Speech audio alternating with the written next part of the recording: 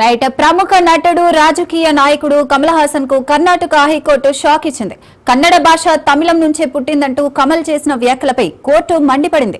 భావ ప్రకటన స్వేచ్ఛను, ఇతరుల మనోభావాలను దెబ్బతీసేలా దుర్వినియోగం చేయవద్దని హెచ్చరించింది. ఈ వ్యాఖ్యలను వెంటనే ఉపసంహరించుకోవాలని, అవసరమైతే క్షమాపణ చెప్పాలని కమల్ హాసన్ కు కోర్టు తేల్చి చెప్పింది.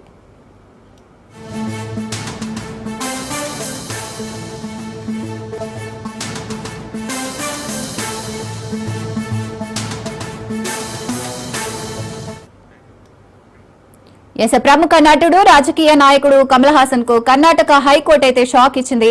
కన్నడ భాష తమిళం నుంచే పుట్టిందంటూ కమల్ చేసిన వ్యాఖ్యలపై కోర్టు మండిపడింది. భావ ప్రకటన స్వేచ్ఛను, ఇతరుల మనోభావాలను దెబ్బతీసేలా దుర్వినియోగం చేయవద్దని హెచ్చరించింది. ఈ వ్యాఖ్యలను వెంటనే ఉపసంహరించుకోవాలని, అవసరమైతే క్షమాపణ చెప్పాలని కమల్ హాసన్ కు కోర్టు తేల్చి చెప్పింది.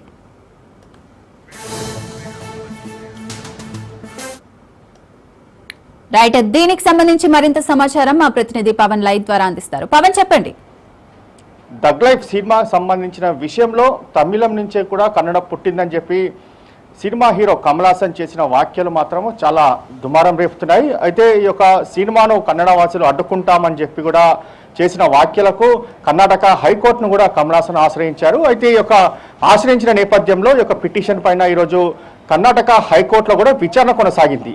విచారణలో భాగంగా చూస్తే కమల్ హాసన్ పైన కూడా కన్నడ హైకోర్టు దీనికి సంబంధించి కూడా సీరియస్ అయింది. ఎందుకంటే తమిళంలో నుంచి ఒక కన్నడ పుట్టిందని చేసిన వ్యాఖ్యలకు అక్కడ కన్నడ వాసులు కేవలం క్షమాపణ చెప్పాలని మాత్రమే కోరారు. దానికి దీనికి సంబంధించి పిటిషన్ దాఖలు చేయాల్సిన అవసరం ఏముంది, ఒక సినిమాకు సంబంధించి రక్షణ కల్పించాలని చెప్పి కూడా పిటిషన్ దాఖలు చేసిన అవసరం ఏముంది.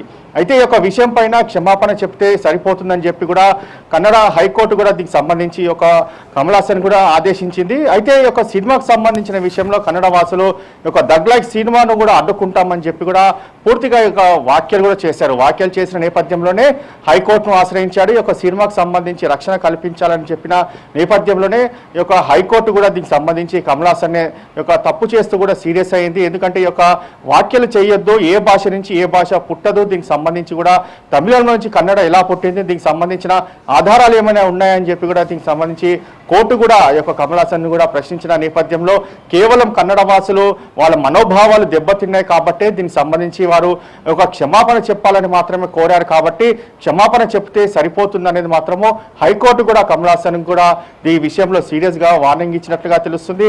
మొత్తానికి మాత్రము కమల్ హాసన్ దీని పైన ఇటు హైకోర్టు ఆదేశాల పైన ఎలా రెస్పాండ్ అవుతారనేది మాత్రము వేచుడాల్సిన పరిస్థితి కూడా కనిపిస్తుంది. రైట్. పవన్, సారీ చెప్పే యోచనలో కమల్ హాసన్ ఉన్నారంటారా, లేరంటారా? అయితే ఇప్పటికీ మాత్రము హైకోర్టు ఇచ్చిన ఆదేశాల మేరకు ప్రకారం అయితే కమల్ హాసన్ ఎక్కడ కూడా మీడియాతో మాట్లాడిన పరిస్థితి లేదు. అయితే దీనికి సంబంధించి తన న్యాయవాదులతో పూర్తిగా చర్చిస్తారు. అటు హైకోర్టులో దీనికి సంబంధించి ఏ విధంగా వాదనలు కొనసాగాయి, దాని తర్వాత ఈ విషయంలో హైకోర్టు ఎలాంటి ఆదేశాలు ఇచ్చింది దానిపైన కూడా పూర్తిగా లీగల్ ఒపీనియన్ తీసుకుంటారు. దాని తర్వాత దీనికి సంబంధించి ప్రెస్ మీట్ పెట్టి కన్నడ వాసులకు క్షమాపణ చెప్తారా, లేకపోతే దీనికి సంబంధించి ఏ విధంగా ముందుకు వెళ్తారో అనేది మాత్రము వేచి చూడాల్సిన పరిస్థితి కూడా కనిపిస్తుంది.